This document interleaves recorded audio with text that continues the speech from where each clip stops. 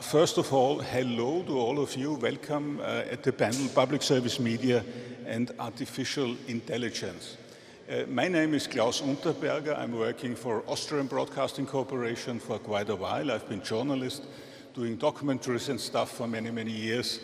But since about 15 years, I'm additionally complementary head of a department we call Public Value, which is focusing obviously on public service media mission and remit. So I'm doing a lot in the field of quality control, internal and external communication, and of course some international contacts and cooperation. Additionally, in terms of... thank you very much. Obviously, I have to learn how to use the mic, but there's always a good friend of mine. Okay, but now you can hear me. I'm not going to repeat what I just said. Introducing myself, just the last piece of information in terms of digital transformation. I was co-initiator of the so-called Public Service Media Internet Manifesto, which has been supported by more than 1,300 scientists worldwide, amongst them Jürgen Habermas and Noam Chomsky. Well, I think most of you, or at least some of you, have been listening to the keynote speakers of the opening session yesterday, Mr. Lessig and Varadi, when speaking about the negative impact of today's internet. And their conclusion was quite obvious. What they said is, it's the business model of the digital giants. It's basically the commercial social media, which is using uncontrolled artificial intelligence algorithms, which is endangering democracy and having the potential actually to destroy democracy. So we have already identified some of the bad guys, some of the negative impact of today's world in the digital era. But there's one crucial question I'd like to pose. What actually can we do about it? Yeah? What can we do about it? Is there anything we can actually do? Or are we just about to wait and consume? Can we use many, many words to describe and analyze the situation, but let it happen? Is there any kind of alternative we could actually create and develop? And this, dear ladies and gentlemen, is the moment when public service media comes into place. Because public service media is not a business model, it's actually a public institution defined for the public purpose. It's not commercial, it's about to support democracy and citizenship, and most of all, it's not uncontrolled. In fact, public service media throughout Europe is one of the most publicly controlled institutions we have. So I know for sure, and you would certainly know, that public service media in your country, even in Austria, is not the perfect world, okay? I know it by heart. Sometimes we are boring, sometimes program is really bad, yeah? So I'm not happy, I'm not preaching public service media. But you have to keep in mind that public service media as an institution holds quality elements which the internet, the commercial internet, does not have. Having a public mission, having public funding, and most important, public control. So my question, basically asking the panelists here, is how could we use public service media as it is already existing? Yeah, we don't have to create it. And the best thing is, it's already funded. So we have this institution here at hand. And I know that public service media is having a hard time, but nevertheless, it's a multi-billion infrastructure throughout Europe. So the question is, how can we use it in the world of artificial intelligence to use it for the common good? And this is actually my question to the panelists. And I'd like to introduce here now Madiana Asseraf. She is the head, let me sit down, she is the head of corporate development and strategic initiatives of European Broadcasting Union. which is the world's largest alliance of public media organizations. And coming to artificial intelligence, I have to note that she leads EBU's strategic initiative on artificial intelligence. So she's one of the masterminds of EBU. First question, Madiana, can you briefly explain to the audience what actually is the EBU? Thank you, Klaus, and thank you everybody for being here. It's my pleasure. Thank you for having me. So about the EBU, European Broadcasting Union, some of you might know it, some of you might not. It's the union, as Klaus just explained, of public broadcasters, mostly within Europe as a starting point, but then also we have partners and associate members from beyond Europe.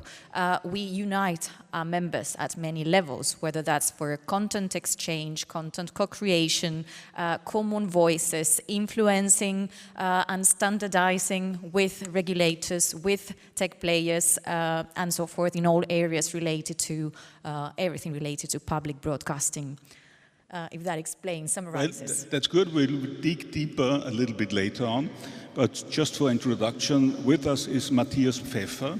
He has been journalist as well for many, many years, but he's definitely an expert on artificial intelligence, and he has published a book about democracy and artificial intelligence, and he is the founder and director of the Council for European Public Space. Matthias, just briefly, what is this about? Yeah, thank you for having me.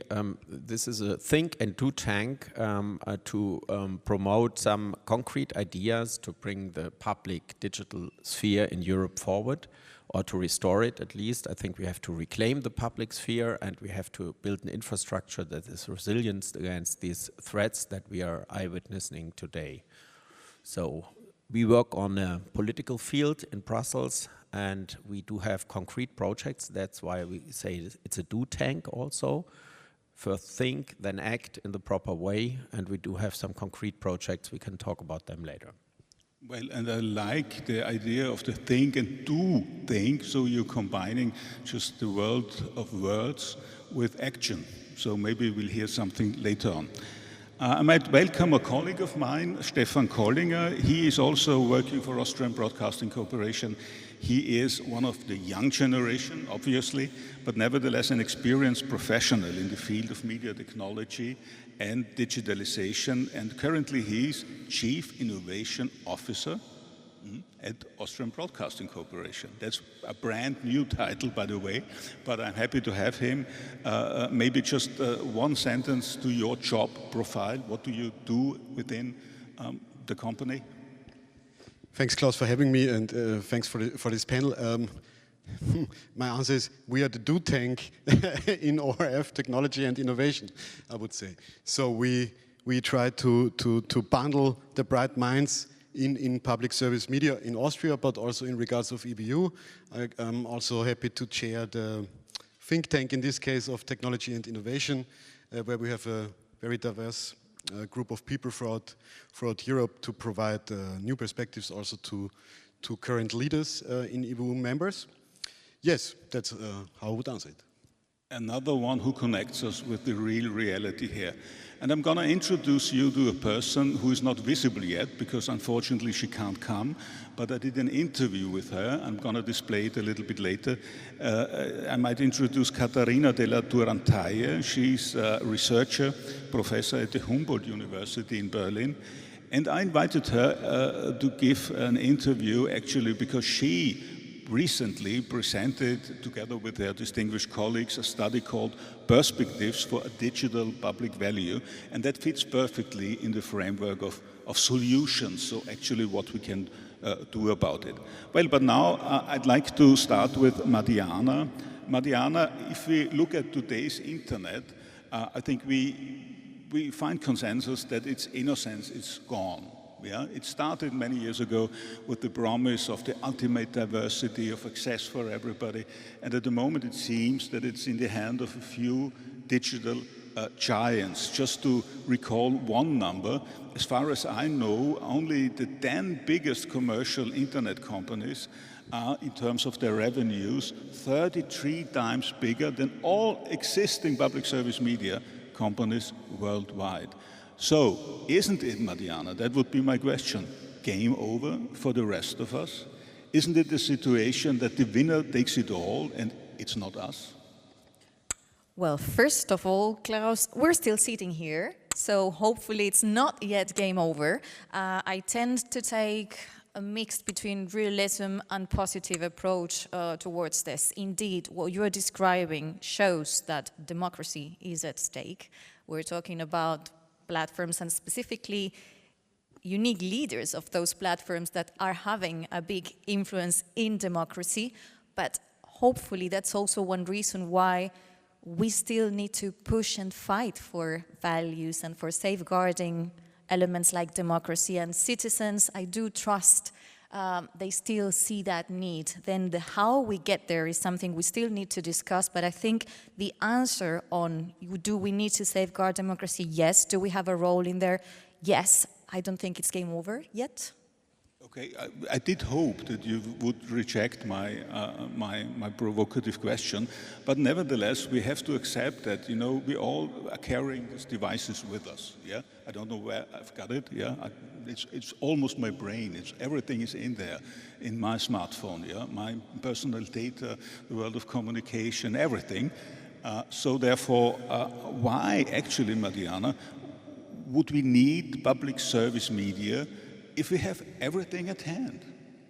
Well, you can still have public service media at hand as well, can't you?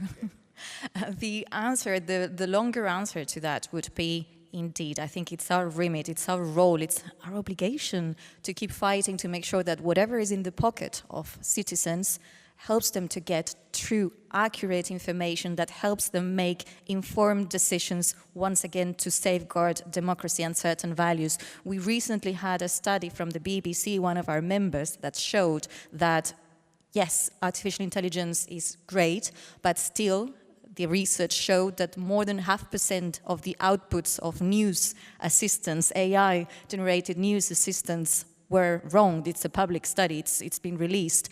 If those data are showing, then we still, as public service media, have a duty to make sure that that information that's in our pockets is accurate. Isn't it our role? I believe it is. Well, I'd like to be a little bit more pushy in this field. What exactly would be the benefit for citizens? You know, we are all used to these fancy devices, and we use them because they are good, they're excellent. You know, they're speedy and they're comfortable to carry with us, and they're available, and that's good news. That's excellent, good news. Digital transformation brought with us a lot of not just fancy products we have to buy, yeah.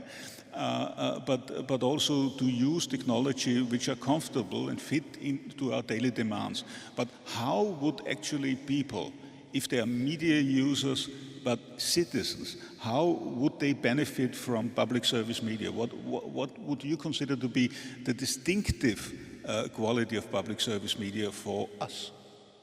Well, that goes back to our whole value package, I would say, because we're not technology providers, at least not as a first model. We also don't try to compete with those who have the funding and the money that you were mentioning at the beginning. But content is our role. Content and experiences is our business. It's where we can play a difference if we adapt properly to those technology devices, to whatever makes users' lives more comfortable. If we come with the right content and approaches, then we can make a change. It's about safeguarding pluralism. It's about safeguarding integrity. It's about safeguarding good entertainment, good information, good education, you know, the traditional values of public service media. There is room to have a good dialogue between those values, that type of content and experience, and whatever devices, in whatever way, citizens are having that now. That would fit perfectly into the field of television, radio, yeah, let's consider it as the old world of media, but now there's a new world, and in this conference we are talking about artificial intelligence. So my question would be, what is the distinctive quality of public service media artificial intelligence? Is there any kind of public service media artificial intelligence existing? Well, there is. Well, I'm not going to brag that we're first in line. That's not the case. But there is some good public service media AI work out there. First of all, it's not necessarily B2C only. It's still, we still have a role to play in, first of all, coming together, bringing our voices together within the public service media sphere, also within the media sphere overall, to safeguard certain standards and certain values when it comes to technology companies, when it comes to regulation. So all the B2B aspect is a very important part of the work, and we're still there because we haven't got there yet, in Europe at least. So there's still a big part of the work and our remit. But then also when it comes to the audience and what makes this difference, it's not necessarily only about AI, all in all about innovation. Because of our remit and because of our values, it's our duty to, if there's a new product out there that can make the users and the citizens' life better, it is part of an obligation for us to make sure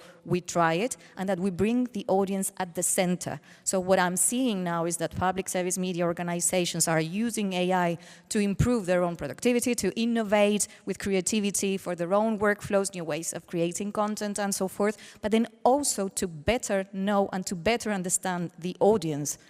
NPO in the Netherlands is only one example, a very good example of bringing outside-in ways of experimenting with AI, really by getting to know the audience much, much better and serving them with content and experiences that are more suitable for them thanks to AI. That's just an example. It's all in all what drives public service broadcasters, which is really, the public good and making citizens' lives hopefully better. Last question for introducing you. Do you have some examples of how public service media deals with digital transformation? I mean, beyond confessions, beyond intentions, are there real examples what public service media members or even the EBU is doing, which people like you are sitting here can actually take on and see and. So first, because we don't have as much time, I'd invite you to check on the EBU website. This is not a pitch, but actually there is a specific section where we have a number of examples of how several EBU members are using AI on concrete matters. There's quite a lot of creative stuff related to our archives. We have a privileged storage of archives in content as public broadcasters, and if you experiment, if you join AI and archives, there are marvels, there are wonders of retelling a story with the same voice of the person who told the story 50 years ago and still adapted to new formats, new ways of consuming content. That's an example. We have brilliant ways of, again, putting the audience at the center, creating panels with audience profiles to know them better. We have, it's everything related to creative ways of using content based on our values and, once again, our archives. But then, in addition to that, there are a couple of collaborative projects that we're working on as well at European level. I know some of you happen to know a European perspective. I don't know if it will be mentioned later on. We aggregate news content, news exchanges from different public broadcasters from all over Europe to make sure there is a European theme told with local approaches. So it's about creating that sense of community as well. There are so many examples. I could be here for the whole hour, but I'm going to let others talk as well. I'm going to squeeze you a little bit afterwards to get some information out of you, but thank you very much for telling me. In terms of relevance, maybe an additional idea or just perspective. I just had a debate with Professor Bruck, and we've been talking actually about the European Song Contest. Yeah, we are not, in the target group, both of us, because we're seniors. Yeah, but never. Oh, okay. Well, you're the young one, obviously. Yeah, young by heart. I can see that. Yeah, but I'm not that bad in this category, by the way. But, we shouldn't forget this is a multi-million audience worldwide. And so therefore the relevance is still there. And more than that, if you consider also the song contest as modern music, you can find that even pop music can play a contribution in bringing people together, actually, having a social role in society. So this is why also entertainment is crucial. But that's just a complementary view. I'm going to pass over to Matthias Pfeffer now.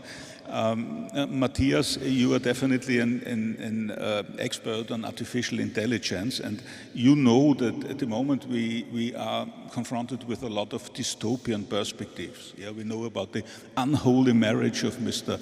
Trump and Mr. Elon Musk. Yeah, that's some kind of weird thing, but a president connecting with the richest man on the planet, I think that's more than business than usual. And they are holding actually artificial intelligence in their hand if you consider all the CEOs kneeling in front of Mr. Trump. So that's really weird. And the Chinese, by the way, are not helping out when it comes to democracy. So my question is very simple. I heard it in the panel before. Somebody said, "Oh, it's too late. You know, Google is far too experienced and is far too rich. We can't do anything about it." Matthias, what do you think? It's really all gone? No, the opposite is right. This is the typical US-American Silicon Valley narrative that there's no chance for others to grab on. I mean, the youngest example was DeepSeek in China, which managed without any NVIDIA chips to do a proper, very good chat. By the way, this was created by using European technology. The main software was taken over, stolen from Mistral, from a French company. So this answers your questions. We have it all. We could do a much better job. But let me first maybe, before it comes to solutions, and I'm very optimistic that we do have a lot of resources for good solutions, I think we should really look for a minute at the situation right now in the world politics. I mean, what we see, we are eyewitnessing a tremendous coalition of big tech companies in the hands of some ruthless people with autocrats and kleptocrats worldwide, trying to fight democracy for one reason. The one side wanted to build up even more profitable digital capitalism system without democratic control, and the others want to have a kleptocratic system without any kind of rule of law, because most of the criminals are afraid of the law and they don't like it. I really address it in this very dramatic way because I think that the situation is very serious, and especially Europe has a role to play in that. We have the democracy, so to say, is on fire. It's not threatened, it's burning. The reason for this is that digital technology rules into the inner heart of democracy and also of autonomy of people. It's very easy to see that the most important precondition of an autonomous life of individuals and also of a free life of a society and a democratic system is proper information. If you don't have proper and reliable information, you can't make a free decision. It's very simple. An uninformed decision is a wrong decision and it's not a free decision. You can only make a free decision and free votes in a free society with free access to reliable information. So that's why we have to rebuild the public sphere, which we allowed to come under the control of these a handful big tech companies. This concentration of power that they achieved is absolutely unacceptable for any kind of democracy. It is a combination of data power, which is turned into surveillance power, with financial power. These are the richest companies on earth, enormous economic power, and more taking over political power, because they try to execute their will and their visions of the future over the heads of billions of people.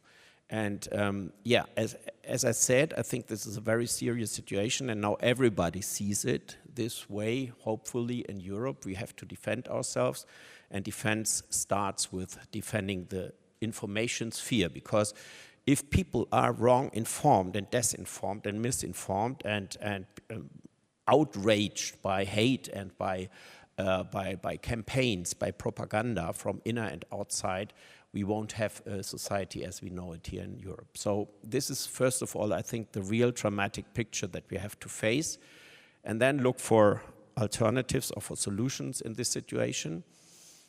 Europe must much more concentrate on the own strength than it did before. So we are much too weak because we feel so weak. We are much stronger than we think. One of the presidents said recently, it's a funny situation that 450 million Europeans back 300 million Americans to defend them from 100 million Russians. This is in the military a really weird situation, and I think it will be corrected in the next years. But investing into the military doesn't make any sense if we get billions of euros now out for good armies and the best armies maybe in the world, and in 10 years they're under the command of Putin's friends here in Europe. So we have to defend the public space for proper information, for a debate, a democratic debate, for democratic decision building and opinion building. We have to secure this, and therefore we need an own infrastructure. Mm-hmm. Well, thank you very much, and I can even give you another picture how it is about the urgency to act up, actually. I do have a colleague of mine who is today at the Republika in Berlin, you know, the big tech conference, and unfortunately it's at the same time than this conference. If it wouldn't be so, then 300 people more would be here, for sure. And he told me that yesterday there was a keynote speaker, and he said that he has data that all of those young people who are the very first time on TikTok, yeah, and getting in contact with some kind of political issue, you know, 78% do receive information from the extreme right-wing AfD. Can you imagine that? And that's not just because Alice Weidel is paying TikTok. That's only because this is extreme content. This is gaining attraction. And this is why 78% of the young people who are not connected, by the way, to the world of policy are immediately connected to extremist content. So I think we can't allow that if you really think on a public sphere in the way as you are referring to. Now, let's get real, Matthias. You are co-founder of what you say, Think and Do Tank. So actually, what is it what you want to do? Yeah, we developed one very concrete project, which is close to some of the technology that you already mentioned. The idea is, so let's say in this historical situation, to link up to that argument, we are quite similar in a similar situation than after World War II. It was the experience of totalitarian regimes which were formed by propaganda. And the public service infrastructure that you mentioned was built as an answer to that. So it was the answer to propaganda, and that totalitarianism should never happen again, and it was considered that this is a very, very important contribution to democracy, that everyone gets proper information, and that the system is in public value-oriented, controlled hands. So I think we have to rethink this idea and have to rebuild public service media now under digital circumstances in the 21st century. So that means as much digital sovereign technology as we can develop. We should develop it to build an infrastructure which is owned by Europeans under European law and under European control, because that's the precondition, as I said, for free media and for everything we're talking about. So first of all, that gives public service media a much more infrastructural approach that needs investments. And the idea that we brought in is, why not use the same technology that is undermining democracy, AI, to strengthen democracy and to strengthen Europe? And the example is that we have an historical chance with it, which is very, very important for Europe, in my view. First time we can overcome language barriers in real time through AI-based translation tools, for example.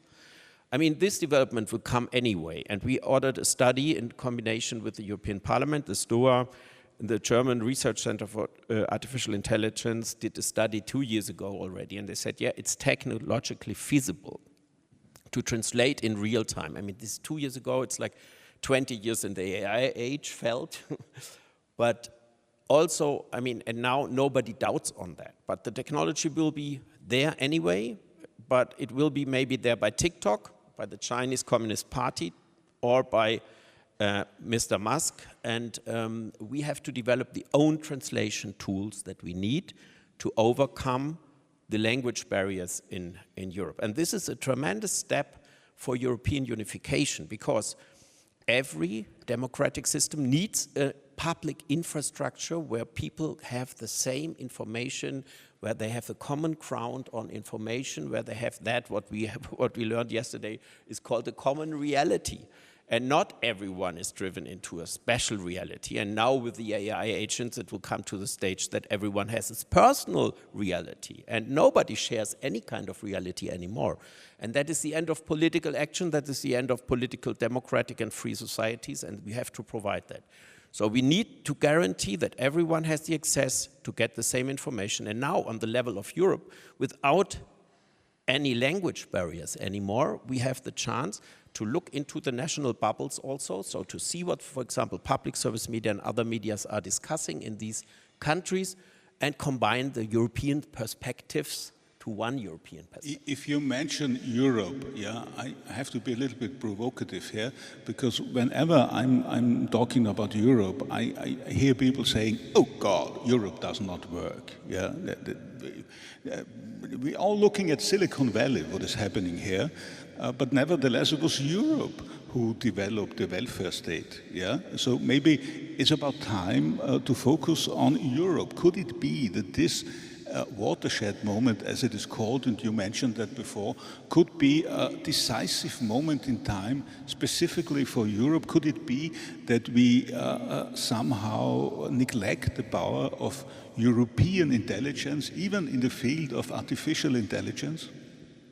Absolutely. I think that this crisis moment, and crisis comes from the Greek word krisis, which means the watershed on the rooftop of, and it's the same word that means critique. So we should be critical about the situation that is there. We should see what the watershed moment is. And I'm absolutely sure, as I said, that if we move in the right direction, and if we see this as a chance to do what we did not do it the last years, not only in the area of defense, but also in digital infrastructure. Just want to mention that we have an 80% dependency on digital infrastructure in Europe from US and Chinese companies. So that means in all fields, so-called stacks of the digital, from cable to satellite, from hardware to services to software, we are absolutely dependent on America and on China. So what that means, I mean, it's absolutely clear. Yesterday, I could not believe what I read when the German Ministry of Defense signed a contract of to put all the defense data of German army on a Google cloud. I mean, maybe someone should inform them that there is a Cloud Act in the US in power, which allows, it was done by Trump 1 administration, which allows the American government to grab out any kind of information whenever they want it, whenever they see the security of the US in danger. And that can happen every day when Mr. Trump awakes in the morning.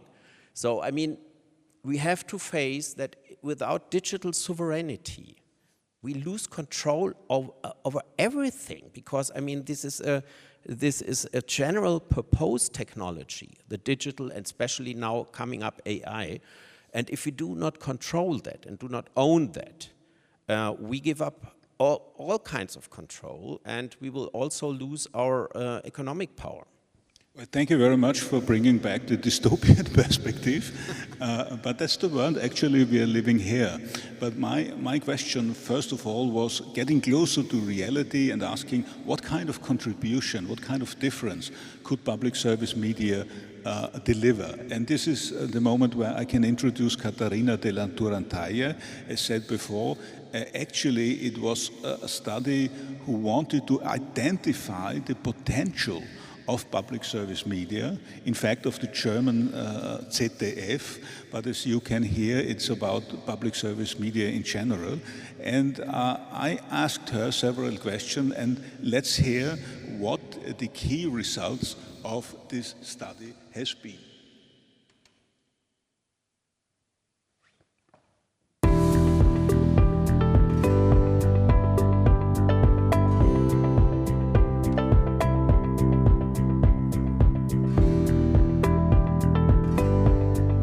today, most of that discourse is taking place on privately owned social media platforms with commercially driven algorithms.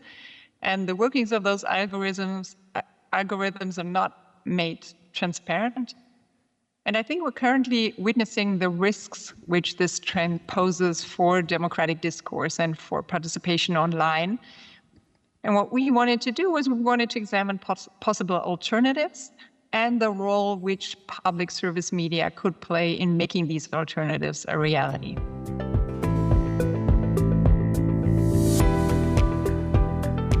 A digital open public space, DOPS, as we call it, or that's the short for it, the acronym for it, is a digital space that's designed to foster democratic discourse and social participation.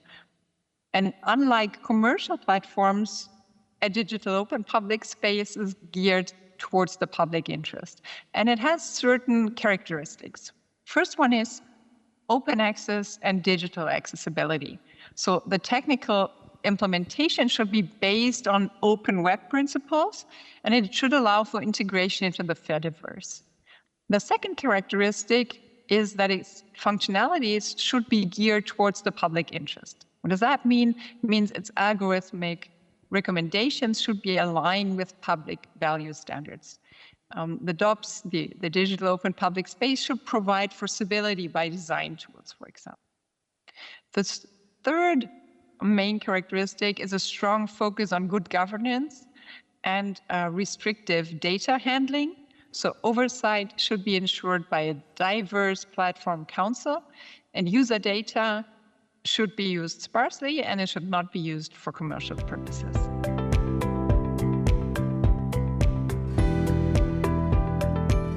I think users would benefit a lot from a space which is really truly geared towards the common good. And one of the key distinctions, of course, between a private social network and a DOPS is the way it is funded.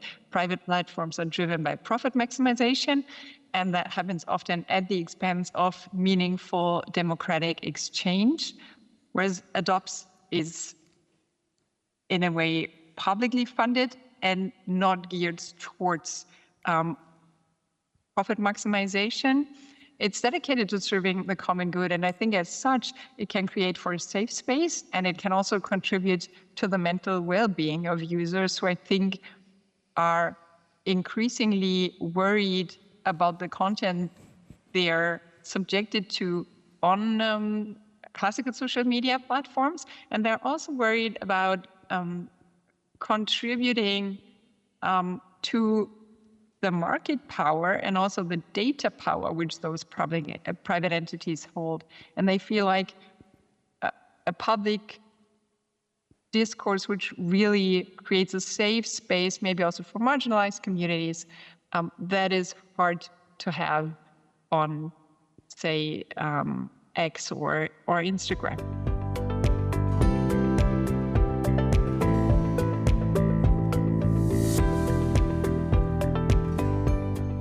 Well, I think public service media, they have a constitutional mandate to serve the public interest. They should foster social participation. They should foster dialogue. And many public service media not only hold a lot of attractive content, which right now is often consumed not on their platforms, but on commercial platforms like YouTube. And it would be, I think it's a shame that that public service media don't use the opportunities they have for user interaction in a direct way, and for user interaction in a way that's not governed by commercial interests of these platforms. But public service media not only hold attractive content, they also developed public interest-driven software. And as such, I think they're well positioned to act as enablers of a decentralized network. I think what's important to me is to underline that we don't envision public service media to do everything for DOPS to be created. They can provide for certain tools and for certain infrastructure that empowers other stakeholders to actively engage in the DOPS. I think there's a lot that public service media can do on their own. And I think, in a way, our study is a call for action. They shouldn't wait for conditions to be perfect, And they should just start. They should be courageous and go ahead and take one step at a time. And they should be mindful of the fact that even if the perfect DOPS is not possible right now, even if it is not possible to put a lot of content out there based on open software licenses or open licenses for content, there are many things that you can do. And even those small steps can be very valuable and can foster digital public value. And so what we think is public service media should go ahead and should try to gain experience and continue to develop the projects that they're already developing, because there's a lot out there. It's not that they're inactive. There is a lot of creative planning and thinking and doing out there, and we want to strengthen that. And at the same time, we're of course mindful that that the legislature has to step in as well and has to change regulation to a certain extent in order to allow, for example, for a full DOPS to flourish. So this is definitely a call for action. And what we learn here is that public service media is very much challenged and the answers have to be real. And I've got a real man here of public service media, is Stefan Kollinger. So you're very well connected to the real world of public service media. Maybe you can give us a little bit of an information. What is it that you are delivering together with your team as a digital innovation officer? Yeah, thanks, Klaus, for the for the question. Maybe also the answer in regards of what you were saying. You know, it's like in general, everything we are doing is somehow driven by some type of maybe new self-esteem from public service media also. You know, so there needs to be some type of, to cite the Draghi report, so to say, a new competitiveness also in public service media, which means we need, which the colleague was saying right now, we need to focus actually also on products and success at the audience in a new emerging digital space in regards of AI. Yeah. Therefore, of course, it's important that there is sovereignty in infrastructure, but this will take a little longer. You know, we are faster with products than with infrastructure. But of course, if both comes together, could be very beneficial for society and for our entities. I think there will still be a frenemy strategy for a long time, to be honest, because it would be ridiculous to say that we compete on a technology level with these technological giants, actually. Yeah? Where our magic can come from, so to say, is our domain-specific knowledge in regards of media, audience, advertising, maybe, yeah, so stuff like that, policy making, all this stuff, combined with the technological knowledge we have inside of our companies, and we actually have in our DNA, if you look at the history of public service media, you were mentioning it more or less, so where is all these standards coming from in broadcasting, for example? Yeah, they are coming from this sector, ITU, EBU, all the broadcasters themselves. So also younger generations would be great if they take a look at the history of the companies they are working at, because maybe we have been the Googles back in the days. Nobody was mentioning it that way, but if you take a look at it, it was like that somehow. Yeah, they all have these like buildings that worked as their own entities. You know, like a Google campus now. Yeah, back in the day, stuff like that. And we were all creating technology in a space that it was our domain. Yeah. So and now there is some new digital products emerging where you need data again, but not actually like this data everybody is talking about in the last decade, in a sense of performance data, audience data, stuff like that. The data right now that is really valuable is content, if you understand it as data. Yeah? Text, video, audio, but not the whole piece, like every piece of this stuff, because you get so much information out of it. You can train models out of it. You can create answers out of it. You can create completely new products out of it. And therefore, our sector needs to be very aware in regards of information access. Yeah? If like the giants cut information access in regards of, for example, search, yeah?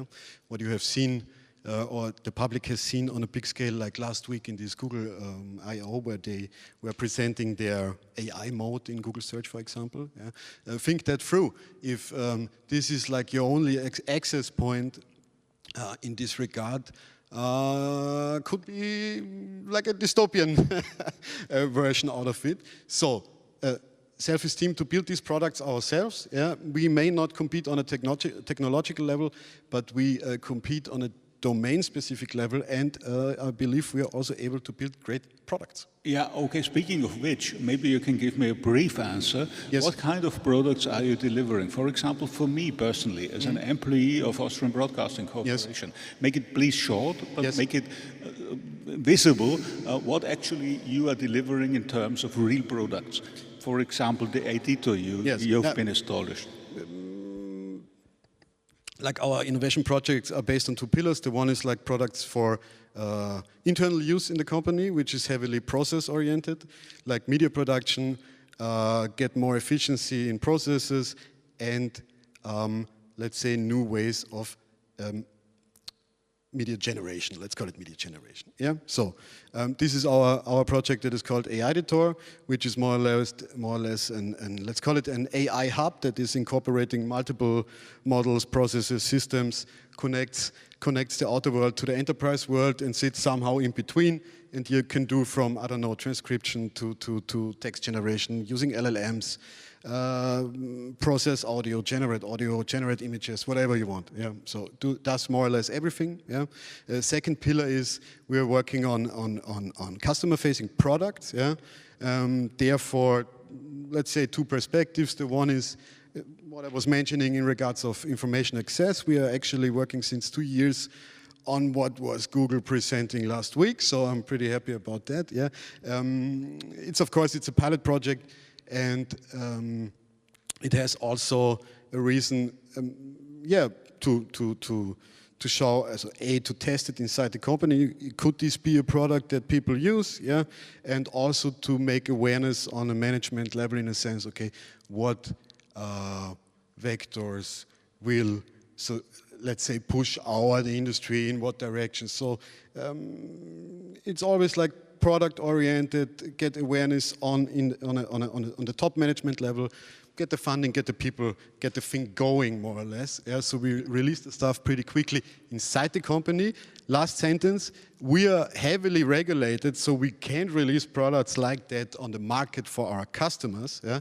This could be actually a problem for the public service media sector to really compete on this product level. Yeah. Therefore, more freedom, please. Okay, in the sense of you could deliver even more, yeah, if we would let you work. So that's a message for the field of policymakers of media policy, quite important. But what we learn here is that the world of public service media is already transforming. Yeah, it's not just the old boring world of administrating information and stuff like that. And you're shaking your head, Madiana. So I'm asking you. I know from Stefan, he's very much into European cooperation, cooperating actually with you and people within the European Broadcasting Union. So what would be your promise in terms of artificial intelligence for the future to come? What could you deliver, yeah, in terms of, well, the common good of the digital era? So I was shaking my head because indeed I actually believe, well, yes, we do have legacy. We are big companies with certain complex processes and so forth, and we depend on so many different stakeholders to really make our work. So yes, having more flexibility and more freedom would always help. But still, obviously, there are so many good examples of transformation and innovation within public service media. We're no longer in the era of believing that we're here to broadcast full stop. No, I mean, there's so much more that, that we're trying to deliver nowadays. When it comes to, in particular, AI, we actually had a conversation last Friday with a large group from different public broadcasters from all over Europe about the importance of responsible AI and the role we can play in it. So it's challenging to find a good balance between innovation and indeed IP restrictions, all ethical standards that we really want to fight for. Well, it doesn't always depend on us, but that balance is possible. One of the examples raised last week on Friday during that conversation was actually sustainability, among many more. You know, it's obviously it's related to what I said earlier: authenticity, integrity, pluralism, so much more. Innovation can also be all of that. But then sustainability was raised. AI is great, yes, but how to make sure we use it in such a responsible manner that we're also caring for sustainability. So I do believe we are transforming, we are moving towards new needs, slowly, but you know, the culture is there and good progress is there, good examples are there. And I do think we need to find as much balance as possible between innovation, ruthless innovation is not what we really want, and actually values responsible use of AI and that innovation. Well, now I would try my best to be a little bit provocative here, being the journalist, and in doing so, you are one of the next generation of the younger person within public service media. I'm the senior staff. Let's put it in this way, and I'm somehow personally fed up when I'm always listening to people who say me, okay, Google is too big, we can't do anything about it, and it's too late. They are too powerful, too advanced. So it doesn't make it mad for you that you're doing all the things, and obviously society is not reacting on that, or I don't know, not visible yet. In terms of Austrian Broadcasting Corporation, we just had a debate about that. The new government is very much arguing for public service media, but at the same time pushing us into a severe cost-cutting program. So what the heck is going on here? We want to save democracy, we want to save media, we want to create a safe space for citizens, and nevertheless, we think it's given for granted. We don't have to invest in that. So I really want to make you mad that I'm not the only person here who is mad about the current situation where we are confessing, but actually not using what we have. What's your perception on that? Well, obviously, I tend to agree with what you're saying. You know, cliche, but indeed, age is just in our minds, and you're actually one of the disruptors within public service media, Klaus.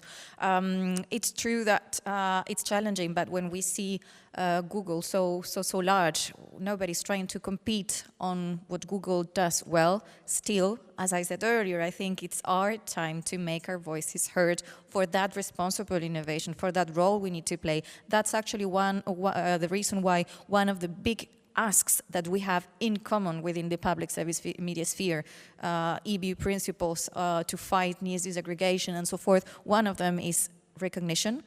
First, it's about making sure the sources are credited, making sure that the content and information in this particular case, but content in general, is accurate, but there is attribution, brand attribution. This is the traditional element we've been fighting for. It is extremely important.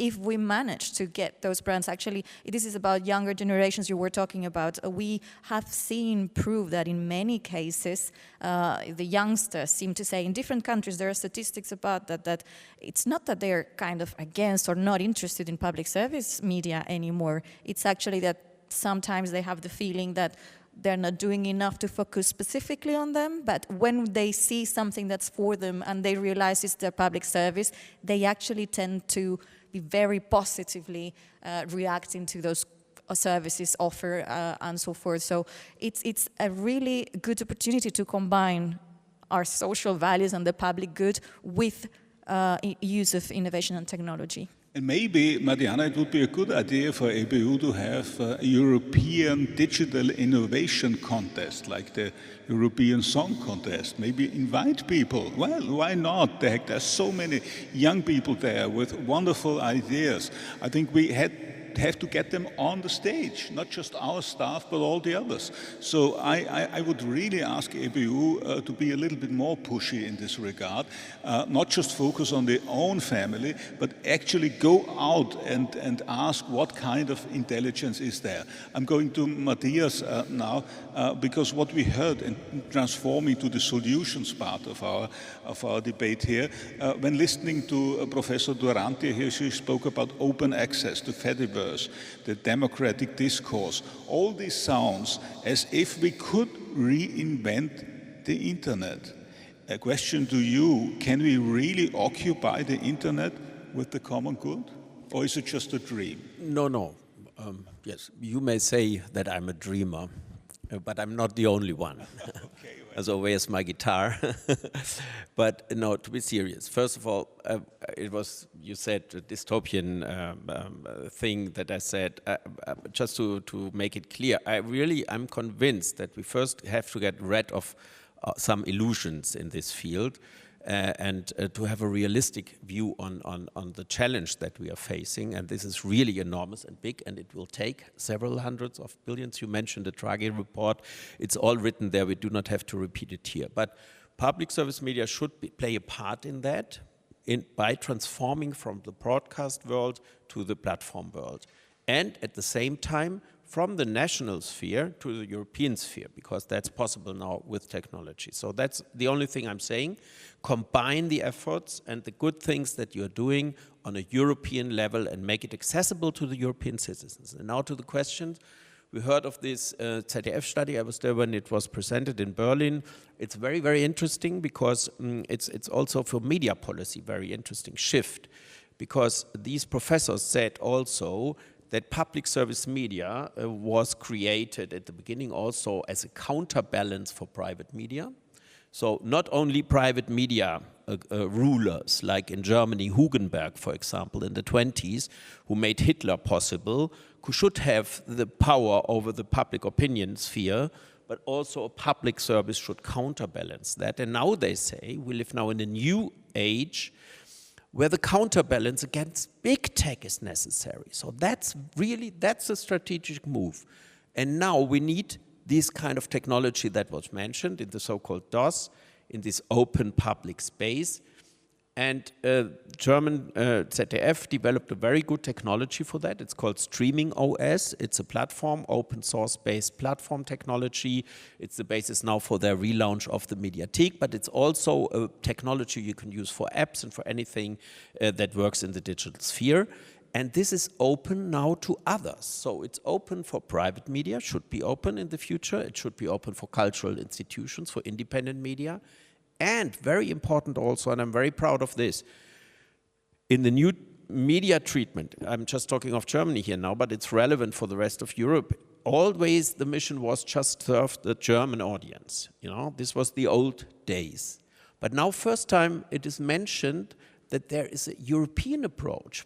So build networks with European other public service media players. That's very new and revolutionary.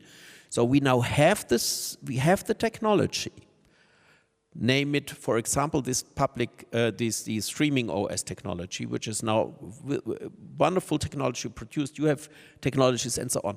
Link them together, make a network of European independent public service controlled media entities to provide people with reliable information all over Europe and make it accessible to everyone, which is possible due to the fact that we can translate in real time. So that's what we are hoping for. That's what we are working for in the European Parliament. I think we have a very good support there already now. And it needs money, it needs investment. I mean, we have to talk about that also. Public service media is under threat. You mentioned it. There are always cost cuttings going on. But now, as I said, that's the argument with the infrastructure. we need a public investment into this new infrastructure. It cannot be done only by the existing resources that the public service media in the national fields have, because they are shrinking all the time. So either we want to make these good infrastructure, in my view. I mean, I would say, I'm not only a fan of public service media as you are, but I would say, like Churchill said once, democracy is the worst form of governance that we know, except all others. And I would say the same is for public service media. True, in a way. But to be serious again, we have it, as I said, the technology is there, we have the infrastructure still. European citizens spend 27 billion euros a year for public service media. 27 billion, that's a lot of money. With this small platform that we are promoting, we only need 40 million a year, but we would make with this small investment the news outcome of the 27 billion accessible in all Europe, for all Europeans. I mean, that's really a low-hanging fruit, and we don't need servers and clouds and this and that. We should build that also in the long term. As I said, for the digital sovereignty, we need a strategy, which means short-term, mid-term, and long-term activities. We need 10 years to rebuild the infrastructure. There was a study on the Eurostack by the so-called Eurostack initiative saying we need 10 years and we need 100 billions. Okay, give them this money, but start with concrete projects tomorrow. And there are some out there. We could start tomorrow, for example, with that news platform that we are promoting. Well, let's start that tomorrow would be a good advice. But when you talk about opening up, I'm taking that right now because I'd like to open up to the audience, and hopefully you've got some comments or questions, and this would be the time to participate, maybe also answering one simple question. When you listen to all the panelists here, why not to use public service media? You're already paying for it. So why not to use it and to keep it as a player? Yeah? So I'm giving that kind of question to you. If you want to participate, there's my distinguished colleague, and please wait until he gives you the microphone. Well, you don't have a mic. Okay, well. Okay, well. So for me. So you have to shut down. Thank you very much. Open source software, open standards, open access have been discussed. What about open licenses on the content itself? Because now the lies, the disinformation and so on are flooding the platforms, and the broadcasting corporations are closely guarding their copyrights. We can't simply take parts of programs and remix them and cite them in other works. What about Creative Commons licenses for all the broadcasting materials? Middle term, long term? Yeah, I think it's a question for you. I think there is no easy answer to that, because there's to every piece of content more or less maybe multiple rights holders. Yeah, it's not like that every piece of content is 100%, I don't know, single entity owned, so to say. So it's not an easy answer, I would say. Yeah. Sorry for not tomorrow, but yeah. You could select your partners based on, okay, starting next year on 1st of January, everything will be Creative Commons. I don't know about that, but I believe that the PSM sector is, depending on the usage of the content, anyway pretty open in sharing it. Yeah, so depends on what it is used for, so to say, and on the multiple rights holders situation. Yeah. Maybe I can add one example. There was an initiative on that issue in Germany also, and the result was, it was very good in my view, that now ZDF also gives Creative Commons content from several programs to Wikipedia, for example, and license it free. And the other good news is that in the field that I'm promoting, because I think it's the most important for democracy, is proper news and information programs, as I said in the beginning. We already have a European regulation on that content can travel free over borders. It is Article 3 of Cable and Satellite Directive, which was made to allow trans-border traffic, so to say, of information programs. We must see that we are creating Europe, the success of Europe is a single market. We don't have a single market for news and information. That's a problem, because we all need the same access to the same news and information. So this is already regulated. We could, as I said, start tomorrow broadcasting all the news of all channels in Europe, all over Europe. And that's very good news. I can add something. I think in an ideal world, and definitely, probably if you ask any of my colleagues in any of the public broadcasters all over Europe, in theory, they would definitely want to go for that. And it's part of our remit definitely to support European creative sector and European technological sector. So definitely yes, and yet first, yes, we have to respond to lots of IP and copyright related legislations. Secondly, we also shouldn't be naive because first of all, we're also trying to survive in a very fragmented landscape. We have to somehow protect ourselves as well. But also secondly, because giving it away for free goes to the hands of people with good intentions, but also people with less good intentions. We're the examples of, with AI, scraping, not scraping. It's been a huge conversation within public broadcasters. At the moment we're speaking, the majority of them are blocking for external crawling. Still, the tech companies are doing it anyway. They're scraping everything from the internet, but yet we're having to be protective of it, not because we don't want to contribute to accuracy and to a free of rights content space, but actually because in some cases it's being used in the wrong way. So, finding as much as possible, doing as much as possible of yes for everybody, it's the public good, but also not being naive, I would say. Well, any other question? Just a small question. I might have missed something, but I come from Switzerland and I'm a big fan of public service media, of course.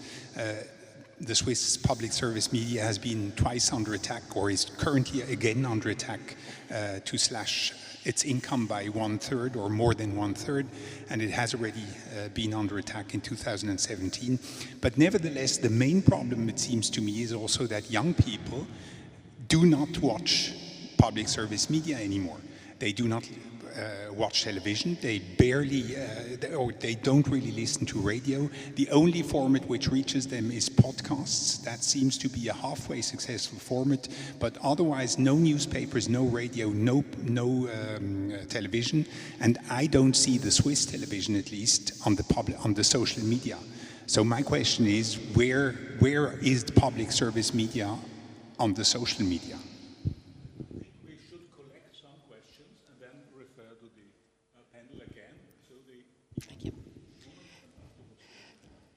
So my question relates to the use of AI as public service media organizations in dealing with the cost pressures you have and a polluted internet with lots of polluted sources. Are you using AI to help you check the validity of sources you are using?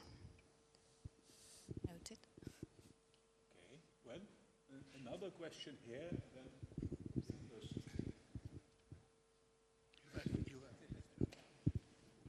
Thanks for the talk.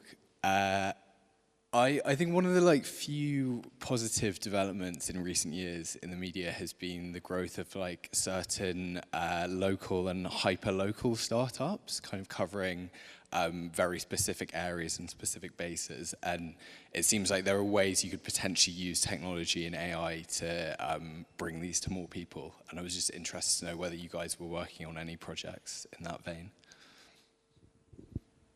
Okay, we've got another question here. Then we're going back to the fragmented landscapes was the key word. Mr. Pfeffer, I really liked your idea of translating media content, high quality media content, with the help of AI. My question is, it's so difficult to create a common ground in one single country. Why would it be different at the European level? Okay, well then, I think I start with Switzerland, perhaps. Yes, that was the first question about the Swiss landscape. In particular, if we focus on Switzerland, well, first of all, obviously we have, as public broadcasters, the challenge that we need to serve all audiences equally, so not everything we offer should be targeting young people, and yet both the French-speaking and the German-speaking and the Italian-speaking public broadcasters within Switzerland have actually quite good agencies within the teams focusing on young audiences. In the French-speaking part, the brand called Tataki, as an example, there are several of them, is actually pretty successful in creating cohesion around young people. Stations like Couleur 3 are being particularly successful with young people. There's a strong interest within the public broadcaster in reaching that target audience. Same within Asseraf, SRG, and RSI. There are quite a lot of good projects specifically targeting young people. And I realized that I shouldn't go too long, so I could mention several of them, but you know that would take too long. But there are quite a lot, and then also family programs. Still, you know, not that I wanna, but yeah, well, I'm also proud of the Eurovision Song Contest. Is a good example of cohesion within Europe. That's a family content. It still reaches more and more young people from all over Europe. So I'm not so negative about the fact that, well, yes, acknowledging we have a lot of work to do, but secondly, there are some good efforts out there to reach and connect with young people. So,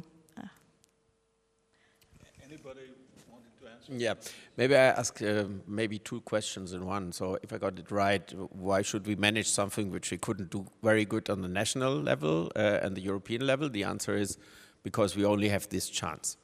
You cannot combat this big tech power that I described on a national level. It's not possible.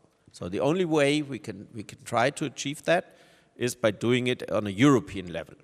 So this is the first answer. The second one comes to the smaller outlets of media, which is very interesting development because the dying of local newspapers so far was one of the reasons for Trump's rise in the US, and it's a big problem if a local newspaper on the traditional basis is dying more and more, and public service media cannot cover that everywhere.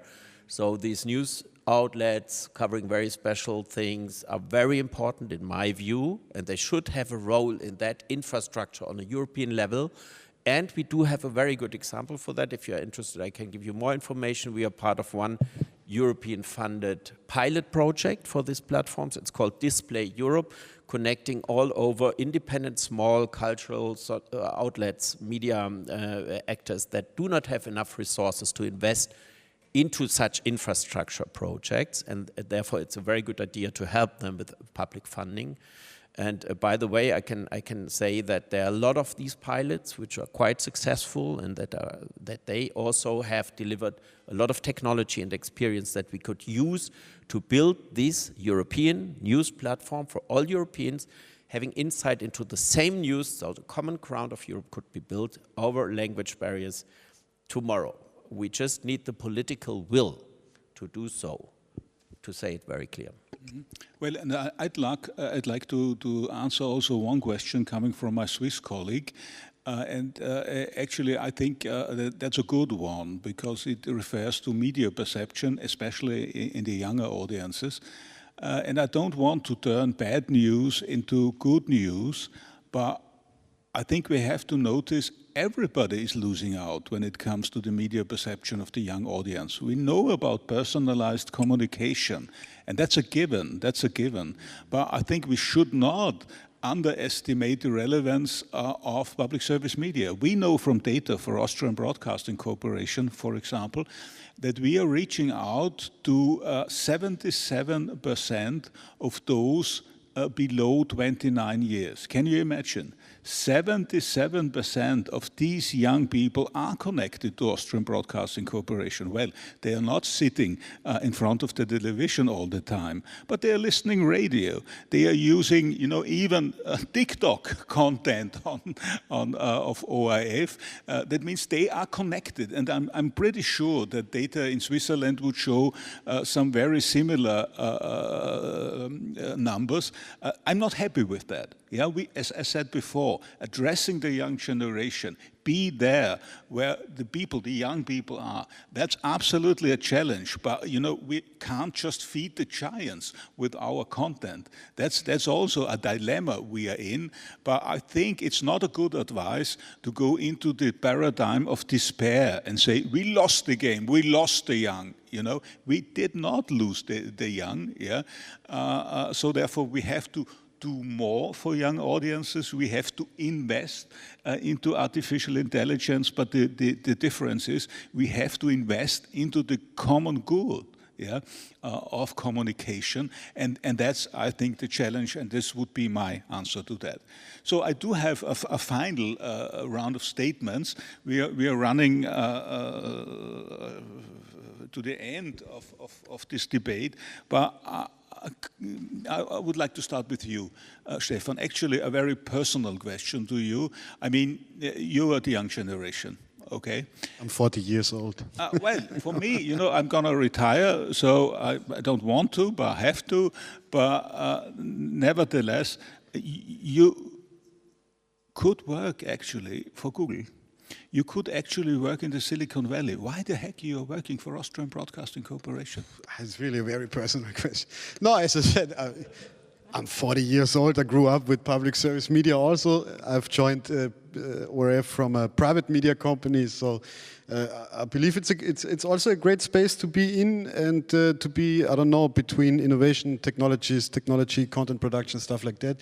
And media companies are still, in my opinion, great companies in a sense. They are very diversified. You can do a lot of stuff in these companies, you know. I did pretty much anything possible at, I don't know, ProSiebenSat.1 and at ORF and stuff like that. It's like there are not so many industries where you can do so much diverse jobs, so to say. Yeah. So okay, this will change in the next years, AI and stuff like that. But it's a very attractive environment, in my opinion, and media is also fun, yeah, and it's senseful, and it maybe helps democracy stay awake also in the future. So it's attractive, to be honest. Yeah. And hopefully artificial intelligence will not replace our innovation officer. Okay, so that's actually could be a problem for me, but I'm working. Okay, Madiana, I could ask you the same question. Yeah, why you're working for ABU? But, well, just a quick answer. Yeah, well, long story short, very similar to what Stefan just said. I still believe in our values. I think we have amazing people in the environment. I believe in the potential of what we do and can do. Yes, of course, as I said earlier, lots of things still need to change and improve, obviously. But there are really, really good things happening as well, and I still really very much believe in it and in the people behind them, so that's why. And that's a very wonderful vision, the belief in the common good. Wouldn't that be a paradigm? Yeah, we don't have to look for commercial profits or fancy products. There would be a vision just to make our life safe again, to make our life safe and sound. Yeah, and having a friendly face of society. We are so connected to dystopian perspectives. Yeah, everything goes wrong with the climate and pandemia and now the war in the Ukraine getting closer to our borders. But can't we invest a little bit more into a positive vision of society? So therefore, thank you very much for giving us hope. And my last question, when speaking about hope, can you connect it to the public service media segment? What would come next that could give us a contribution for society? Us being public service media, yeah, or us being... Yeah. Oh, there's so much. You really wanted a short answer there. Yes. Well, then maybe, just one example. Sorry to repeat myself, but I go back to social responsible innovation, whether that's for AI, big thing, or for anything else. It's the social responsible way of using innovation. Sorry, and I'd be very much interested also in hearing what you think, because I'm within the ball, so... Well, and all the panelists are available here, yeah, and you are connected on the internet, so you'll find some more information about the specific benefits. I've been asking Madiana. My last question to you, Matthias, would be, you've been speaking about the future a lot. So my question would be, what comes next You've been speaking about the watershed moment, and we know, and hopefully you know, at the European Parliament, there's a new commission at the moment called European Democracy Shield. Yeah, can you imagine that? European Commission is having a commission. European Parliament is having a commission called European Democracy Shield. And if you read the papers, then you see there's a wake-up call. Those guys in Brussels really did wake up. Yeah? And it's not about just tanks and military service, but it is about the digital transformation. It is about making the digital space a safe space. And you know what? An Austrian delegate, Mr. Brandstätter, recently working for Austrian Broadcasting Corporation, is one of the key players in this commission. So maybe we should speak with him. Maybe we should invest into this kind of European public space. But now I'm talking, and I wanted to ask you, Matthias, sorry for that, but what do we need in the next moment, not in 20 years, but let's say in the next 2 years? And what would be your contribution from the Council? Yes, I think first, as I said, we need a realistic view on the situation, and that means I liked everything you said about the future of public service media and giving it a more friendly approach in our public debate and so on, and maybe even a home for critical and constructive thinking. That's everything we need. But it's nothing worth if you don't reflect on the fact that in the digital age, distribution is managed by these big companies, and it's not in the hand of public service media. So you rely on TikTok, and the algorithms are programmed by the Chinese Communist Party. And if they like extremists more than moderate voices, then they will push that forward. So we cannot allow that this distribution power, which is now added by production power, because a lot of content is produced also by AI, not only distributed, that takes over the public sphere. I mean, it's really a frightening vision, and that's not dystopian. It's realistic to see it this way. We do have alternatives, but if we don't strengthen them, and if we don't protect ourselves, we will lose. I mean, we are in a war already. The war is hybrid, it is in Europe, and it's attacking us every day. And I mean, this is a grip from two directions. We do have the agents from Russia making sabotage here every day, you know, and it's not enough reported on that. And we do have the troll armies of Russia that do disinformation every day. And we do have the agents from Silicon Valley who are now personalized, talking to our kids, being best friends of our kids if it goes to the wish of Mr. Zuckerberg. We need to really discuss this in a more broader way. If we need, again, 20 years to forbid these kind of communication in schools, like I think this week you approached it in Austria, right? Very good. Congratulations to that, as to the Eurovision Song Contest. It's quite as worthy. But, I mean, the agents that are coming from AI, to be serious, and this intransparency this is brought with that. We don't know where the algorithms are trained. It's a black box. It's not really regulated. And it's driven by an economic model, as we heard yesterday, which is absolutely destructive to a free and open society. So we have to address this in a very serious way, and I think a democracy shield is a very good idea from the European Parliament.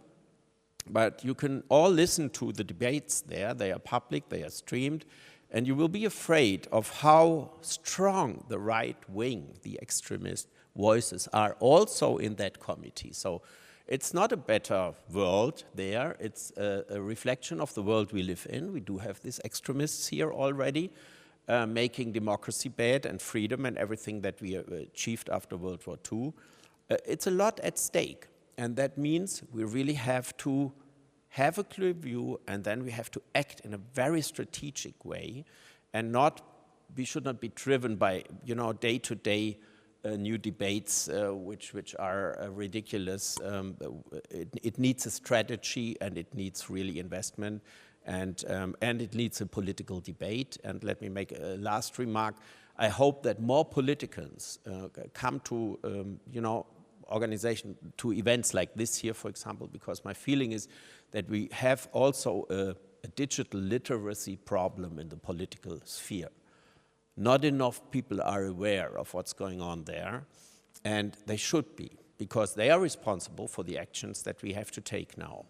So let's all start these discussions more openly, more directly. We do have to address really the situation and the problem. We have to stop the wars of yesterday, like fighting private press against public service media. That's all gone, that's all yesterday's stories. We have to stand up against the power of big tech, and of this attack, we have to combat the attack on democracy and of our way of life.